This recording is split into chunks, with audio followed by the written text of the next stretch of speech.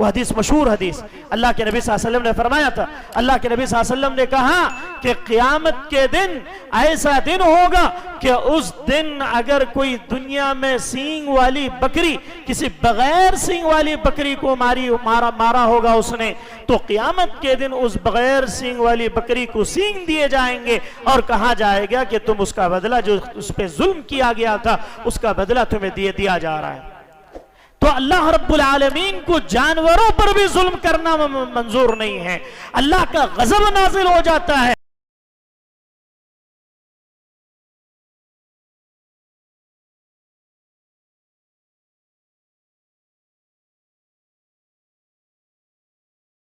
سورۃ ابراہیم آیت نمبر 40 پر 2۔ تمام طرح کی تعریفیں، حمد و ثنا، بڑائی و کبریائی اس اللہ رب العالمین کے لیے لائق و زیبا ہے جو تمام جہانوں کا پالنہار ہے۔ اس اللہ رب العالمین کا لاکھ لاکھ شکر احسان ہے کہ اللہ رب العالمین نے مجھے اور آپ کو اسلام پر ثابت قدم رہنے کی اللہ نے توفیق عطا فرمائی ہے، اور اس اللہ کا ہم پر اتنا بڑا احسان کہ اللہ نے ہمیں پرسکون زندگی، امن والی زندگی اللہ نے عطا فرمائی، اور ہمارے گناہوں کے باوجود اللہ نے ہم پر احسان کیا ہے۔ یہ اللہ کا مجھ پر اور آپ پر بہت بڑا احسان ہے۔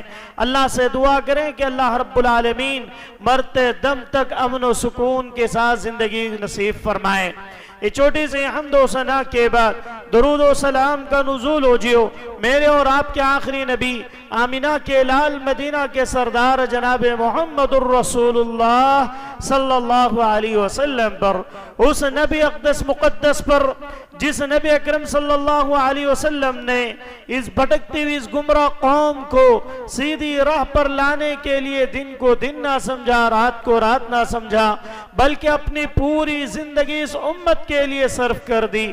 اس نبی پر درود و سلام کا نزول ہو جیو جس نبی اکرم صلی اللہ علیہ وسلم نے اس امت کے لیے کون سے ایسے اعمال ہیں، کون سی ایسی چیزیں ہیں جس میں انسان ظلم کر جاتا ہے، کون سے وہ چیزیں ہیں جس کی وجہ سے اللہ کا عذاب لوگوں پر آ جاتا ہے اور اللہ کی مدد روک لی جاتی ہے۔ اللہ کے نبی جناب محمد الرسول اللہ صلی اللہ علیہ وسلم نے ہر ایک کی وضاحت کی ہے۔ اس نبی پر درود و سلام کا نزول ہو جیو۔ اللہم صلی علی محمد وعلی آل محمد کما صلیت علی ابراہیم وعلی آل ابراہیم انکا حمید مجید۔ اللہم بارک علی محمد وعلی آل محمد کما بارکت علی ابراہیم وعلی آل ابراہیم انکا حمید مجید۔ محترم سامعین اور سامعات، پردہ نشین ماں اور بہنوں اور نوجوان بھائیوں، چھوٹے بچوں، میں نے آپ حضرات کے سامنے سورہ ابراہیم کی آیت نمبر 40 پر 2 میں نے آپ کے سامنے پڑھا ہے، جس آیت کریمہ کے اندر اللہ تبارک و تعالیٰ نے ظلم کی قباحت کے تعلق سے بیان فرمایا کہ آج ہم اور آپ جس معاشرے میں زندگی گزار رہے ہیں یہ ایسا معاشرہ ہے کہ ہر شخص کسی نہ کسی پر ظلم کرتا ہوا نظر آتا ہے، اور جب ظلم و بربریت کی بات کی جاتی ہے، ظلم و زیادتی کی بات کی جاتی ہے، تو ہمارے ذہنوں میں صرف یہی سوال آتا ہے کہ ظلم وہ ہے جو فلسطین میں کیا جا رہا ہے، یا ظلم وہ ہے جو کشمیری مسلمانوں پر کیا جا رہا ہے، یا ظلم وہ ہے جو برما کے مسلمانوں پر کیا گیا ہے، یا ظلم وہ ہے جو پوری دنیا کے اندر شام میں پائے جانے والے مسلمانوں کے خون کے ساتھ ہولی کھیلے جانے والا ظلم ہے۔ صرف یہی ظلم نہیں ہے، بلکہ لفظ ظلم جب عمومی طور پر کہا جاتا ہے اس سے مراد یہی ظلم ہوتا ہے جو ظلم میں نے آپ کے سامنے بھی پیش کیا ہے، لیکن حقیقی طور پر اگر دیکھا جائے کہ اس معاشرے میں جس معاشرے میں امن و سکون ہونا چاہیے تھا، جس معاشرے میں ہر انسان کو حق کے ساتھ سکون کے ساتھ زندگی گزارنے کا حق ملنا چاہیے تھا، لیکن لوگوں نے ایک حالات ایسے بنا دیے، لوگوں کے اعمال ایسے بن گئے کہ وہ امن و سکون ظلم و بربریت میں بدل گیا، وہ امن و سکون ظلم و بربریت کا شکار ہو گیا۔ پھر اس کے بعد پورے دنیا کے مسلمان ظلم و بربریت کے شکار ہوتے جا رہے ہیں، اور در بدر ایک ہونے کے بعد، ایک ملک کے بعد دوسرے ملک ظلم و بربریت کا شکار ہو جاتا ہے۔ ایسے اس لیے ہوتا ہے کیونکہ اللہ رب العالمین نے بیان فرمایا کہ لوگوں، اس دنیا کے اندر امن و سکون کے لیے ہم نے آپ کو پیدا کیا ہے تاکہ تم اللہ کی عبادت کر سکو، اور اللہ کی عبادت کے ساتھ ساتھ اپنی زندگی گزارو، اور زندگی بھی ایسی گزارو کہ جس زندگی کو دیکھ کر رشک آ جائے، اس زندگی سے تمہیں اللہ کی بندگی نصیب ہو جائے، اس زندگی سے تمہیں اللہ کی جنت حاصل ہو جائے۔ ایسی زندگی گزارنے کے لیے اللہ نے انسانوں کو اس دنیا کے اندر بھیجا تاکہ دنیا میں رہ کر اللہ کی عبادت کر کے امن و سکون کے ساتھ زندگی گزار کر اللہ کو راضی کر لے جائیں اور اللہ کی جنت حاصل کر لے جائیں۔ لیکن انسان اللہ کی عبادت تو دور، اللہ کی عبادات سے بھی دور ہوتا جا رہا ہے، اللہ رب العالمین کے ساتھ بھی ظلم کرتا ہوا نظر آتا ہے، اور عبادات تو دور، اس کے اندر مسلمانیت بھی ختم ہوتی جاتی ہے۔ اور چاہے ظلم کس انداز کا بھی کیوں نہ ہو، ہر شخص کسی نہ کسی کے اوپر ظلم کرتا ہوا نظر آتا ہے۔ ظلم حد سے تجاوز کو کہتے ہیں، اور علماء نے ظلم کی 3 اقسام بیان کی، ظلم کی 3 قسمیں، کہ جس کے اندر ایک انسان دوسرے پر جو ظلم کرتا ہے اس کی سب سے پہلی قسم اللہ کے ساتھ ظلم کرنا۔ اللہ کے ساتھ ظلم کرنا یہ کس کو کہتے ہیں؟ اللہ کے ساتھ ظلم کرنا اس بات کی دلیل ہے کہ ایک مسلمان، ایک انسان جو چاہے مسلمان ہو یا نہ ہو، لیکن اللہ کے ساتھ شرک کر رہا ہے تو اللہ کے ساتھ ظلم کر رہا ہے، اللہ کے ساتھ وہ غیر اللہ کی پرستش کر رہا ہے، اللہ کے ساتھ کسی اور کو لے کر زندگی گزارتا ہے، اللہ کے ساتھ کسی اور کو بھی داتا مانتا ہے۔ اللہ کی قسم ہے ایسا شخص اللہ کے ساتھ ظلم کرنے والا شمار ہوگا، اللہ کے ساتھ یہ شخص ظالم قرار دیا جائے گا۔ کیونکہ اس نے اللہ کے حق کو دوسروں کو دے دیا۔ جیسے حضرت لقمان علیہ السلام، حضرت لقمان نے اپنے بچوں سے کئی ایک وصیتیں کی۔ سورہ لقمان کے اندر 21ویں بارے میں کئی ایک باتیں حضرت لقمان علیہ السلام نے کہی ہیں۔ یہ حکیم تھے، بہت بڑے دانا تھے۔ انہوں نے اپنے بچے سے کیا کہا؟ کہا یا بنی لا تشرک باللہ، اے میرے بیٹے لا تشرک باللہ، تو اللہ کے ساتھ کسی کو شرک نہ کرنا، اللہ کے ساتھ کسی اور کو شریک نہ کرنا، اللہ کے ساتھ کسی اور کی عبادت نہ کرنا، اللہ کے ساتھ کسی اور پر بھروسہ نہ کرنا، اللہ کے ساتھ کسی اور پر اپنا توکل نہ رکھنا۔ اگر تجھے یقین ہونا چاہیے تو اللہ پر ہونا چاہیے، اگر توکل ہونا چاہیے تو اللہ پر ہونا چاہیے۔ اگر تو نے ایسا نہیں کیا، اپنے بیٹے سے کہتے ہیں ایسا تو نے نہیں کیا، ان الشرک لظلم عظیم، یقیناً شرک بہت بڑا گناہ ہے۔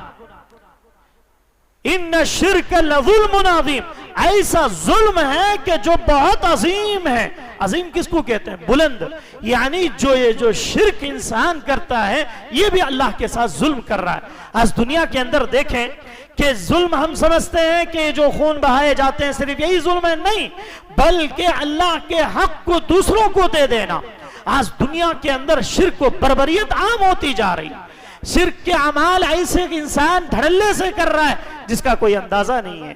لیکن آج آپ دیکھیں پوری دنیا کے اندر مسلمانوں کی کیفیت ایسی ہوتی جا رہی ہے، 75% مسلم ایسے بنتے جا رہے ہیں جو غیر اللہ کی پرستش کرتے ہوئے نظر آ رہے ہیں، جو صحیح حق دین حنیفی پر چلنے والے، منہج سلف کو مد نظر رکھتے ہوئے چلنے والے، اقوال سلف کی اہمیت کو سامنے رکھتے ہوئے کتاب و سنت کو ان کے اقوال کی روشنی میں سمجھنے والے، اور صحیح دین کو سمجھ کر اللہ کے حق کو ادا کرنے والے مسلمان صرف 25% آپ کو نظر آئیں گے جو صحیح منہج کے فالورز ہیں۔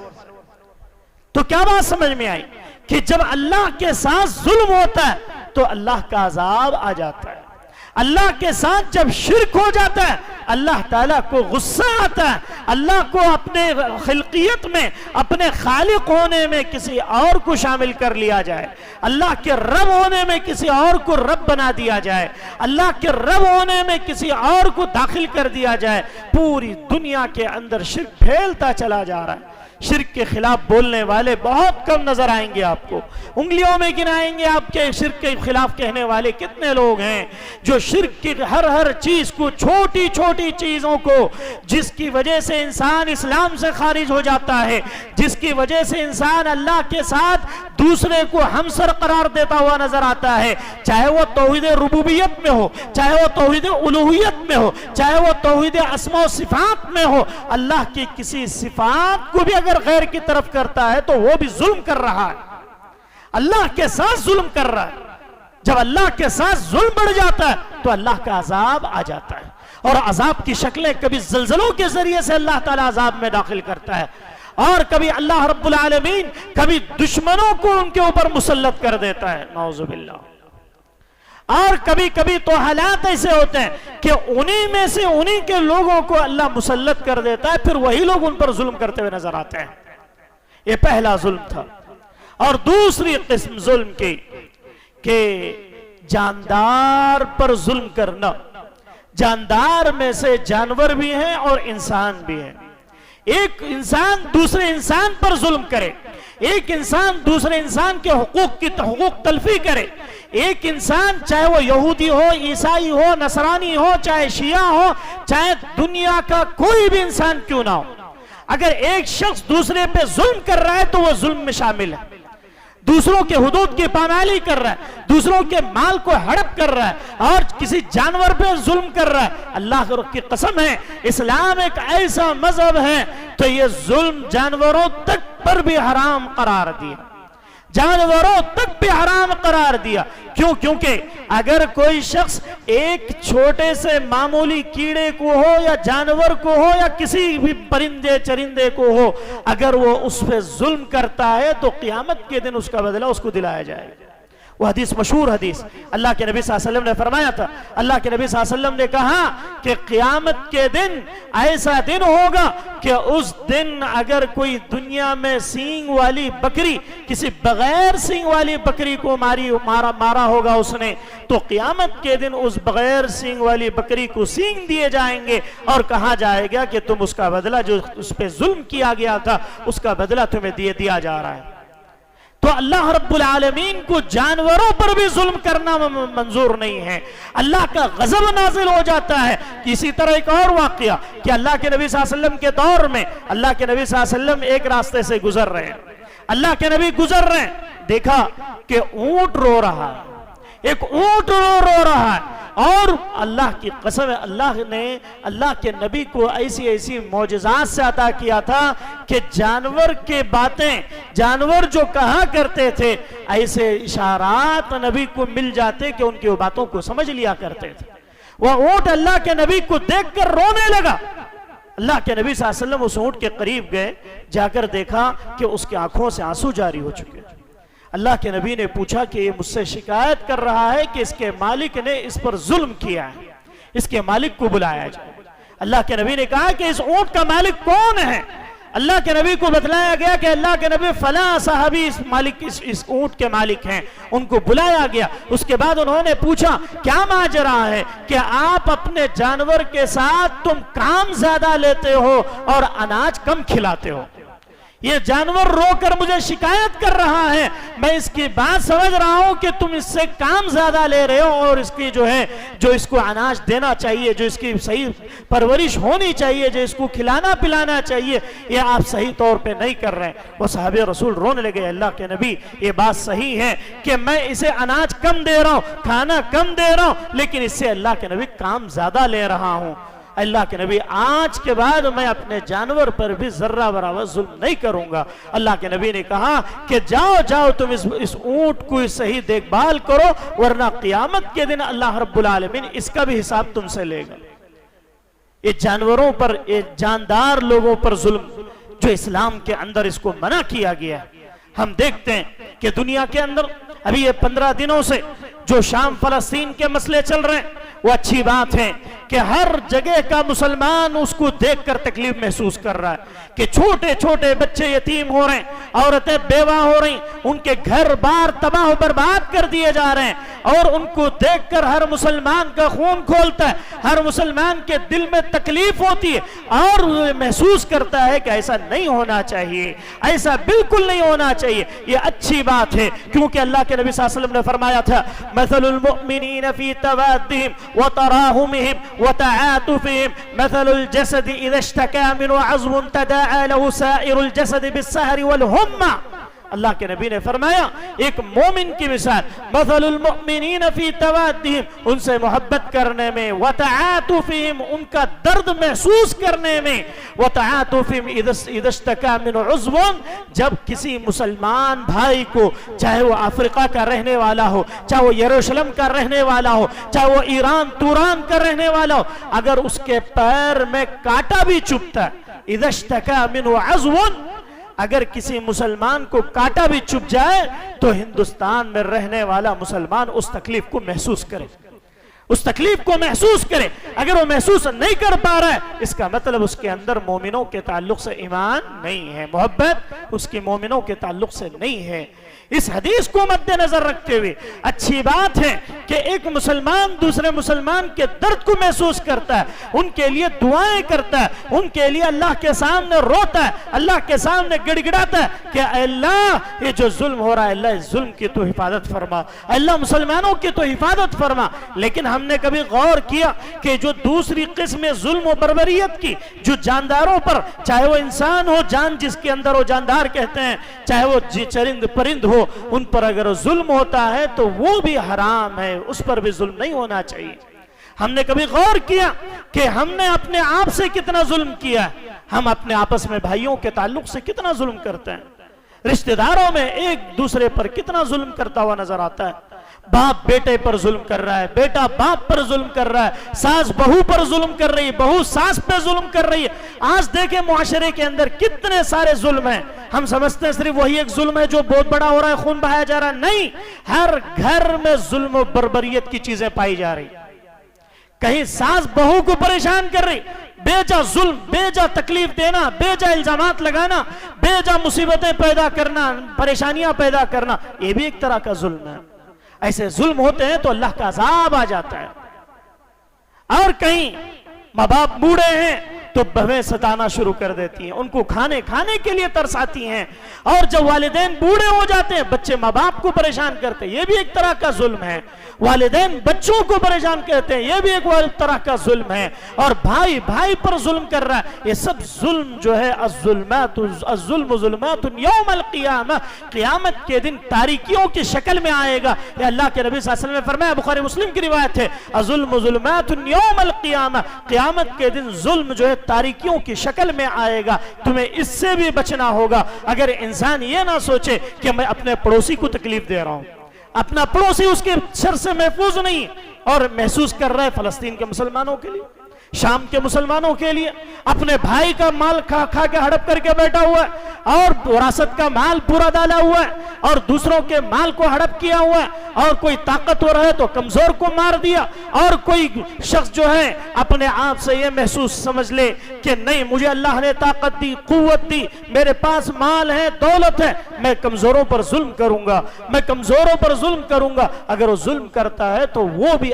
آج کے دور کا سب سے بڑا ظالم شخص ہے۔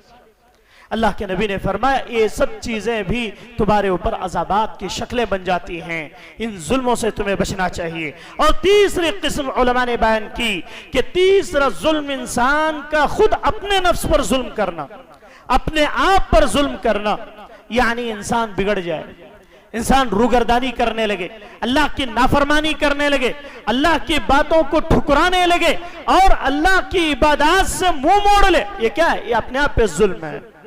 انسان نمازوں کو چھوڑ دے، یہ اپنے آپ پر ظلم ہے۔ انسان دین کی چیزوں کو چھوڑ دے، یہ اپنے آپ پر ظلم ہے۔ کیسے ظلم ہو رہا ہے؟ یعنی انسان کو اللہ نے جو دنیا میں بھیجا تھا، جس کام کے لیے بھیجا تھا، وہ چھوڑ کر انسان اپنے جسم کو جہنم کے لیے تیار کر رہا ہے۔ تو یہ ظلم ہے انسان کی نفس پر، انسان کی جان پر یہ ظلم ہے کہ وہ اپنے آپ پر ہلاکت محسوس کر لے، اپنے آپ کو تباہ کر لے، اپنے آپ کو برباد کر لے۔ بہت سارے لوگ دیکھیں گے آپ، کئی لوگ ڈپریشن کا شکار ہیں، کئی لوگ ڈپریشن کے شکار ہیں، خود سے بندوق لے لیا اور لے کے مار لیا، مر گیا۔ وہ سمجھ رہا ہے کہ بھئی میں اپنے آپ کو میں نے بچا لیا، نہیں، اس نے اپنے آپ پہ، نفس پہ ظلم کیا۔ ایک تو خودکشی کرنا حرام ہے، اگر کوئی ڈپریشن کی حالت میں ایسی کام کر جاتا ہے تو وہ بھی حرام کام ہے، وہ بھی ایک ظلم ہے۔ اور انسان اگر کوئی حرام کام میں پڑ گیا، سود کھانا شروع کر دیا اور سگریٹ پینا شروع کر دیا یا شراب پینا شروع کر دیا، یہ کیا ہے؟ یہ اپنے آپ پر ظلم ہے، اپنے نفس پر ظلم ہے۔ صرف آپ کی ایک جان نہیں جائے گی، بلکہ آپ کے ماں باپ کے تعلقات آپ سے، بھائیوں کے تعلقات آپ سے، آپ کے خاندان کے ایموشنز آپ سے، سب کے تعلقات آپ سے ہیں۔ آپ نے اپنے آپ کو ہلاک کر لیا تو سمجھو کہ آپ نے اپنے آپ پر ہلاکت میں ڈالا اور ظلم کیا۔ فَلَا تَظْلِمُوا فِيهِنَّ أَنفُسَكُمْ، اللہ نے قرآن میں کہا کہ لوگوں تم اپنے آپ کو بھی ظلم نہ کرو، اپنے آپ پر بھی ظلم و بربریت نہ برساؤ۔ ایسا نہ ہو کہ تم جو ہے اپنے آپ کو یہ سمجھو کہ میری زندگی ہے، میں جیسے چاہے گزاروں گا، میں جہاں چاہے جاؤں گا، جو چاہے کھاؤں گا، حرام حلال کوئی تمیز نہیں۔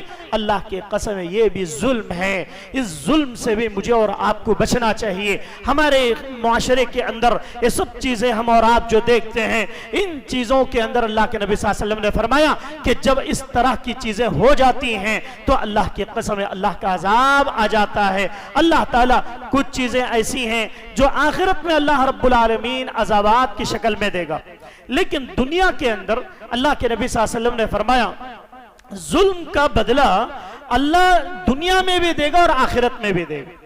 دنیا میں کس طور پر کہ انسان اگر کسی پر ظلم کرتا ہے، چاہے اپنے نفس پر ظلم ہو، چاہے اپنے رشتہ داروں پر ظلم ہو، چاہے اپنے خاندان والوں پر ظلم ہو، یا جانوروں پر ظلم ہو، یا اللہ کے ساتھ ظلم کر رہا ہے، اللہ تعالیٰ دنیا کے اندر ہی اس کی سزا اس کو عطا کر دیتا، دنیا کے اندر ہی اس کے عذاب اسے نازل کر دیتا۔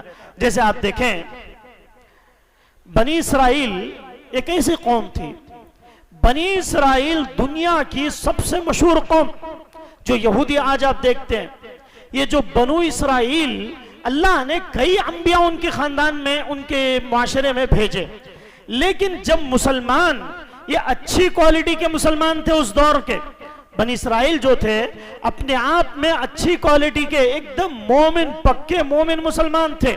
وہ لوگ کیا کہتے تھے؟ نحن ابناء اللہ واحباہ، ہم اللہ کے بیٹے ہیں، اللہ ہم سے محبت کرتا ہے، ہم اللہ سے محبت کرتے ہیں، ہمارے علاوہ جتنے سب جہنم میں جائیں، ان کا یہ عقیدہ تھا۔ قرآن میں یہ بات کہی گئی، نحن ابناء اللہ واحباہ، وہ کہتے ہیں کہ اللہ ہمیں عذاب نہیں دے گا، کیوں؟ ہم اللہ کے بیٹے ہیں، ہم اللہ کے محبوب ہیں، اور جب محبوب ہیں تو اللہ ہمارا محب ہے، اللہ ہمیں عذاب نہیں دے سکتا۔ جب یہ فخر ان کے اندر آ گیا، جب یہ ظلم وہ لوگ کرنے لگے، اپنے نفس کو انہوں نے ہلاکت میں ڈال لیا، تو اس کے بعد کیا ہوا؟ بنی اسرائیل کے مسلمانوں کے اندر کئی برائیاں شامل ہو، بنی اسرائیل کے مسلمانوں کے اندر قباحتیں شروع ہو گئیں، بنی اسرائیل کے مسلمانوں میں زنا عام ہو گیا، بنی اسرائیل کی عورتیں بے حیا بن گئیں، بنی اسرائیل کی عورتیں چونڈے بھاگنے لگیں، اور ان کی عورتوں کے اندر شرم و حیا ختم ہونے لگی، اور گناہ عام ہو گئے، امر بالمعروف اور نہی عن المنکر سے دور دور سے کوئی واسطہ نہیں رہا، جیسے آج ہم اور آپ ہوتے جا رہے ہیں۔ بہت سارے مسلمان ایسے، کتنے لوگ ایسے ہیں کہ جنہوں نے اگر اپنے سینوں میں ہاتھ رکھ کر سوچیں، اپنے دلوں پر ہاتھ رکھ کر دیکھیں کہ آج تک 30 سال 25 سال 40 سال 50 سال عمریں ہو گئی، ہم نے کتنے لوگوں کو اسلام کی دعوت دی، امر بالمعروف کی طرف کتنے لوگوں کو بلایا، آج ہماری عمریں اتنی لمبی لمبی ہو گئی، ہم نے کتنے لوگوں کو مسلمان بنایا، کتنے لوگوں کو اسلام کی دعوت دی، کبھی ہم نے سوچا ہے؟ کیا کبھی ہم نے غور و فکر کیا؟ تو بنی اسرائیل کے اندر بھی ایسی چیزیں آ گئی تھی، امر بالمعروف چھوڑ دیا اور نہی عن المنکر کو چھوڑ دیا۔ اللہ رب العالمین نے کیا کیا؟ اللہ رب العالمین نے انہی میں سے ایک بخت نصر بادشاہ پیدا ہوا، ایک بادشاہ پیدا ہوا بنی اسرائیل میں جس کا نام بخت نصر تھا۔ کیا کیا اللہ نے انہی میں سے کو بادشاہ بنایا، بادشاہ بنا کر بخت نصر کو ان کے اوپر ظالم بادشاہ بنا دیا۔ پھر اس کے بعد بنی اسرائیلیوں پر اتنا ظلم ہوا کہ وہ لوگ پریشان ہو گئے. پورے بنی اسرائیلیوں پر بخت نصر کا قہر ٹوٹ پڑا. مولی گاجر کی طرح یہ لوگ کاٹ دیے گئے. جہاں چاہتے ان کی نسلوں کو قتل کر دینے کا حکم دے دیا اس بادشاہ نے.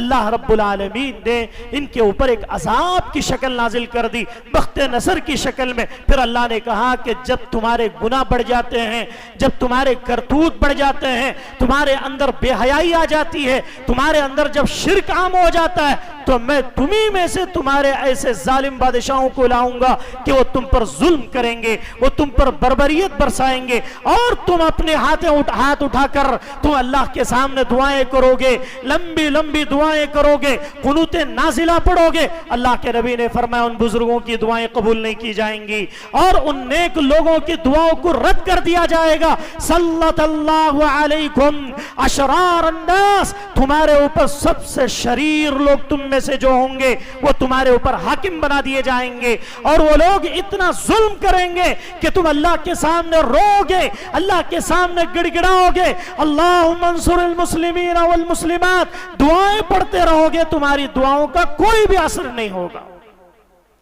یہ کیوں ہوگا؟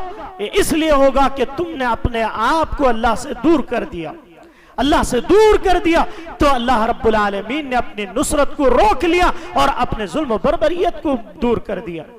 حجاج بن یوسف کا آپ نے نام سنا ہوگا. یہ حجاج بن یوسف مروان کے دور کا حجاج بن یوسف, یہ حسن بصری رحمہ اللہ کے پاس کچھ لوگ آئے. حسن بصری اور انس بن مالک کا بھی واقعہ پیش کیا جاتا ہے. حسن بصری کے پاس کچھ لوگ تشریف لائے, لا کر کیا کہنے لگے کہ حجاج بن یوسف بہت زیادہ ظلم کر رہا ہے. کیا کہنے لگے؟ کہ حجاج بن یوسف کا ظلم ہم برداشت نہیں کر سکتے. عراق کے اندر اس نے ایسے ظلم و بربریت کے پہاڑ توڑے کہ ایک ہی وقت میں جتنے لوگ مسجد میں بیٹھے ہوئے تھے ان کو چھوڑ کر پورے گاؤں کے لوگوں کو قتل کر دیا گیا, پورے علاقے کو قتل کر دیا گیا.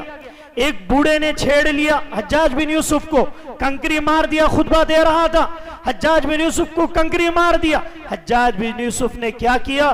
مسجد کے دروازے, عراق کی مسجد کے دروازے بند کرا دیے گئے. پھر اس کے بعد جتنے بوڑھے تھے سب کی گردنوں کو اڑا دیا گیا. اتنا ظلم, اتنا بربریت پھیلا دی گئی.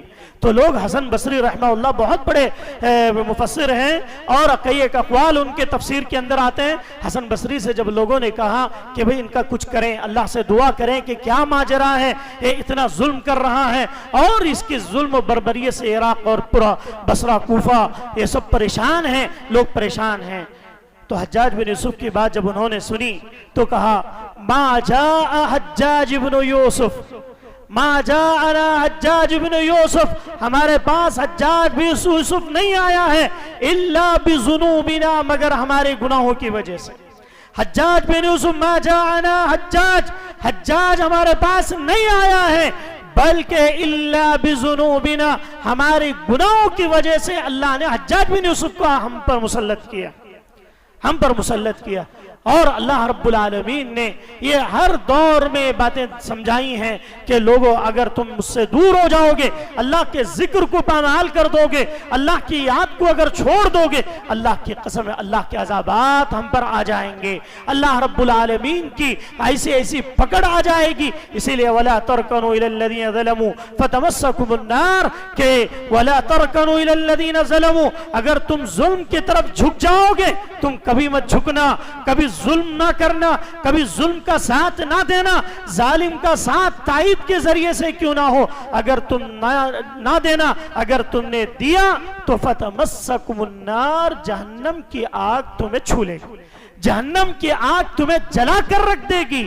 تو اپنے آپ کو ظلم کرنے سے بچو. اللہ رب العالمین سے دعا گو کہ بار الہ ظلم اور ظلم کی جتنے اقسام ہیں, جتنی چیزیں, ان تمام چیزوں سے بچنے کی توفیق عطا فرما. اللہ گناہوں سے دور رہنے کی توفیق عطا فرما. اللہ سیاکاریوں سے دور رہنے کی توفیق عطا فرما.